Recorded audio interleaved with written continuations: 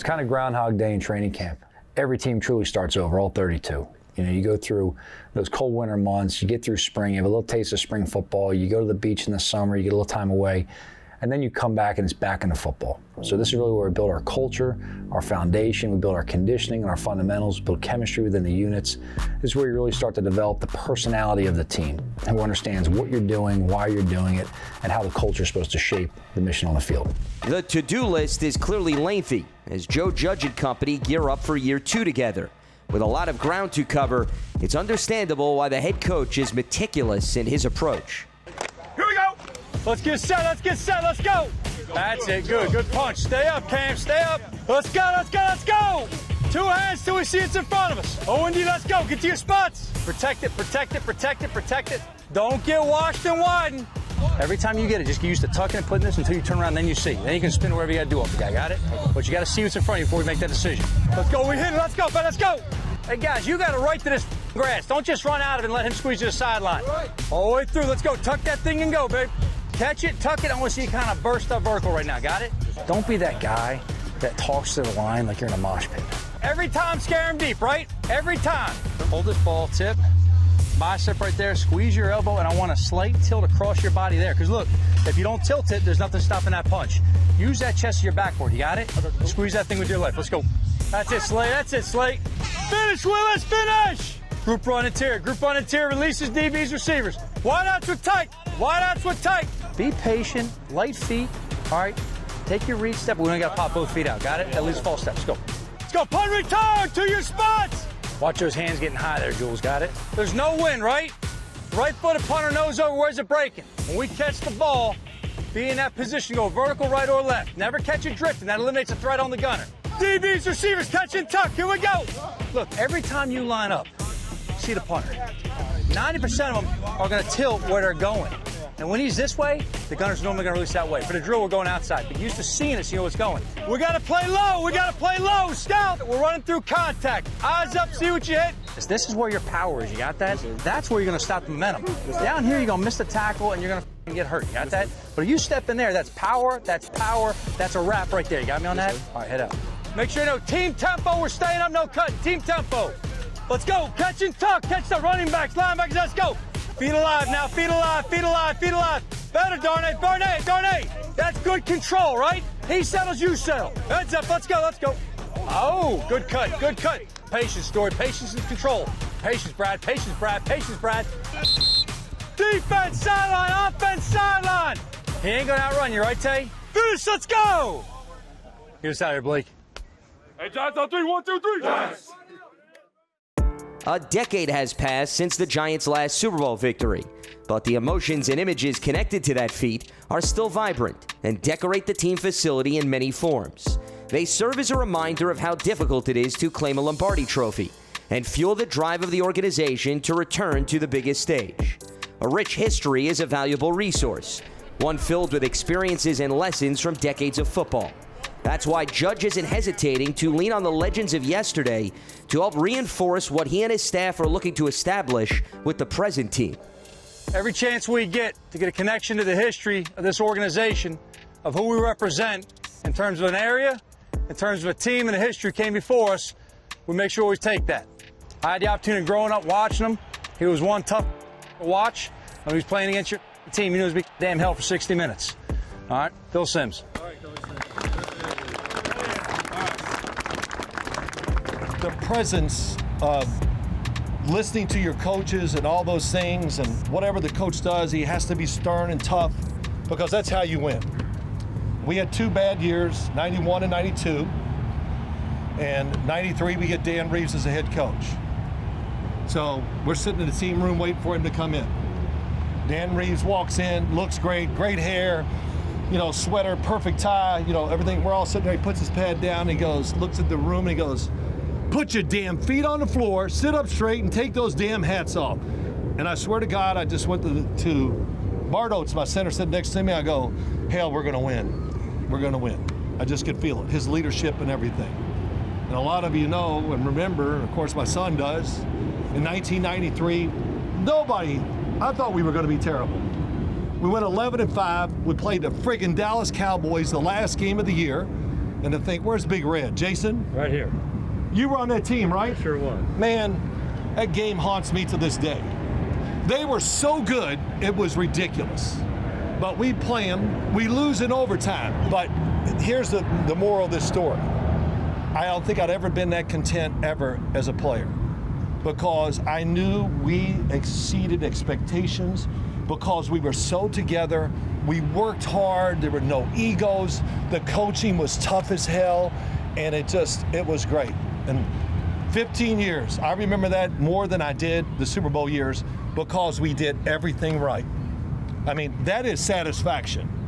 You as a player, when it's over, can you really look in the mirror and go, I did everything I could possibly do to help us win the game, or to do the best I could, or become the best that I could be.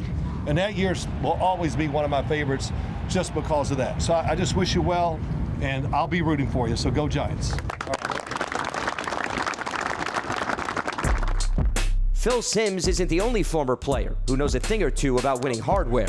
The Giants have also showcased plenty of talent on the other side of the ball with a knack for getting after the quarterback. Who better to learn that craft from than a two-time Super Bowl champ? You the old lineman, shoot your outside hand. All right, so that's his knife. I can control this now. All I want to do is, I don't care, I don't give a shit what he does with it. You can put it there, grab it.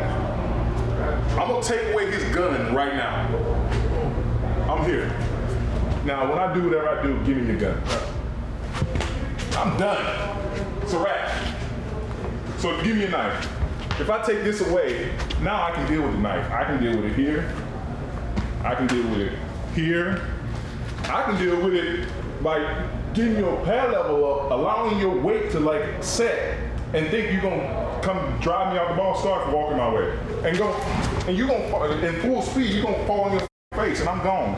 Yeah, just coming back out today because, you know, last year we didn't get the opportunity to do this because of COVID. But Coach Judge, invited us out and get an opportunity to come and see the things that he's building around here, see the young talent, see how they're building. I think it was exciting. We got the opportunity to share a little bit of what made us, the teams that we were, and hopefully these guys are right there. I think the talent level is there. I think the coaching staff is doing a great job of putting these guys in the right places, and I'm excited for the season.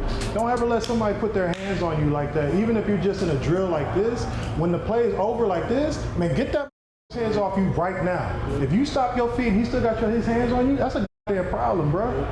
That's a problem.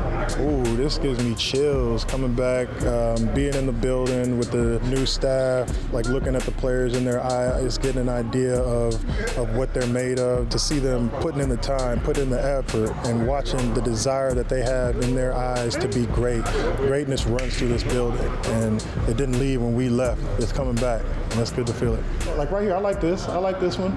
Bow, okay? Now get off me. You know what I'm saying? That arm came all the way up and he's not leaning on you at all. They should know to get their goddamn hands off you as soon as that play is over, otherwise there's gonna be a problem. Finish here. You cannot be lazy in rushes. Cause old linemen, they're never going to stop. Don't go through the motion on that. Overall, it's all about trying to figure out of how to take the individual talent and make it one team. That's the one thing that I think we did a really good job of, is taking those individual parts and making it a whole. And if they get able to do that, they're gonna have a successful season. Nothing is more synonymous with success than those enshrined into the Pro Football Hall of Fame, a museum of knowledge when it comes to the gridiron, and a worthwhile stop during a recent road trip. Yeah, listen, it's important to always build on the history of our organization, the history of the league. There's a lot of guys on the team who hadn't had experiences before being here. We want to make sure while we were in the area, we had the opportunity to bring them over here and learn more about the Giants history, and the history of the NFL, and the guys came before them. So it was a good experience, good learning experience. Our guys had a lot of fun today. It's a good way to get them on their feet, move around day before a game. But for us, it was just valuable to come here and learn about the history of the league. But I want you to know that the people we honor aren't just those bronze busts. If you have played one game in the NFL, we have an archive for you. So we have an archive for you. It's everything we can collect upon you. It's to tell your story. You can come here to the Pro Football Hall of Fame. We can pull your archive. We can put you on videotape so that your grandchildren's grandchildren's grandchildren's grandchildren will someday not only know what you did, but more importantly, who you are and why you did it. Man, it's great, man. I think you got to respect the ones who've done it before you. Charles Woodson, Calvin Johnson, these are guys I played against. And now to see those in the Hall of Fame, it's really coming full circle for me. So I'm just honored that, we're here and got the opportunity to come in. This whole experience is crazy. It's crazy as hell. So much history here, it's ridiculous. It just make you love the game that much more. This is awesome, man. This is really cool. Very insightful. I ain't know Joe Namath wore that ugly ass knee brace too on his knee. That's crazy. Hey, he get way more respect for me now playing than that. That's crazy. Man, it's greatness right here, dog. A lot of history, how the league has grown, and it's a blessing to be here. It's my first time here, so I'm enjoying myself. I got son, this is Barry Sanders Jr. I'm about to ask him where he's at. Why is he next to his dad? This is great for me, man. I'm not in Chesapeake Bay. I don't really see too much like this. And I play the game, but this is the history of the game. So much Giants history here represented at the Hall of Fame. So to be able to see that, see so much that's happened in our game, all the people that came before us, was really cool.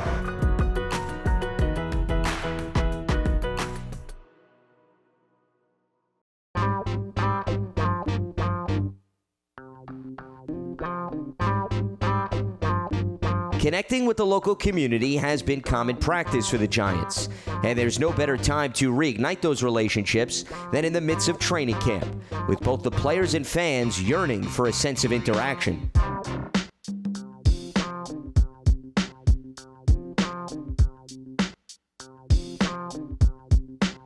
Uh-oh, ladies and gentlemen, uh-oh. We're going to turn this thing up today. Back together Saturday. New York Giants. Newark in the building, baby. We want to thank you all for having us out here. The New York Giants has partnered up with the city of Newark to host this event.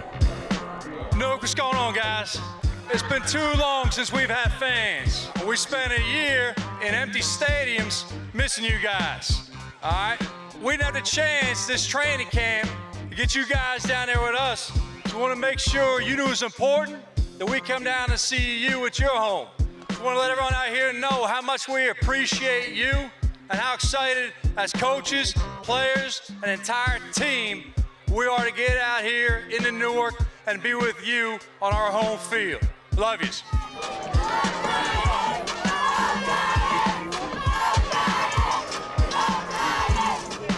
Hey, this is crazy out here, man. They got a lit stadium out here. They got a whole DJ.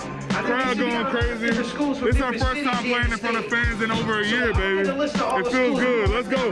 Let's go, Giants. Okay.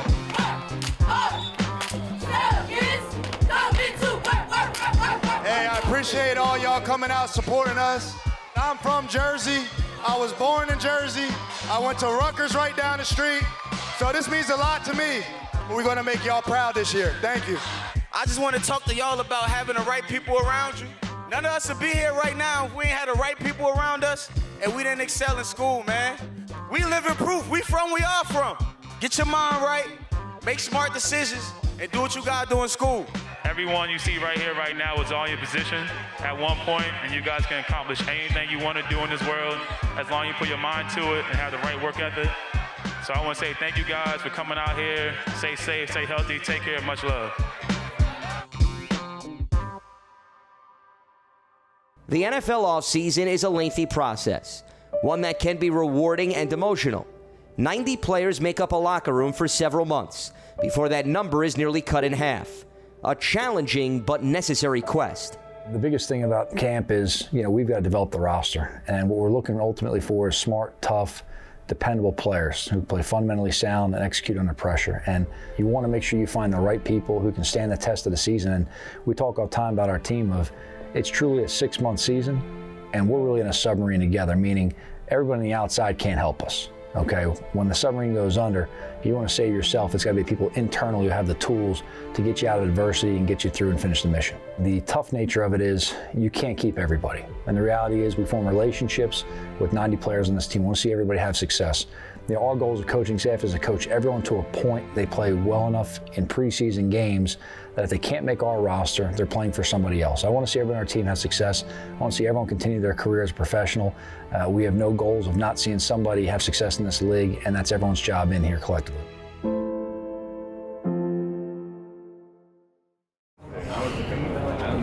As far as the roster is concerned, how close is it to the expectations that you set going into the season for what you want to accomplish?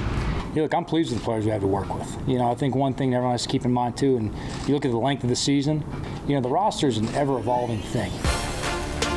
And you're really looking through September to really find, you know, your identity as a team, to really go ahead and level out your roster best you can, you know, to work through some situations, play with good fundamentals, and give yourselves a chance. You know, we explain to our players all the time, it's about what you do on a daily basis, about production and consistency, and you got to earn it every day. We got to worry about what we can do inside the building to affect the results on the field. The noise on the outside doesn't really affect anything we do internally. Things that are important is showing up, knowing the opponent, knowing your own roster, communicating what you want done on the field, talking with the players, correcting mistakes, and getting ready for Sunday.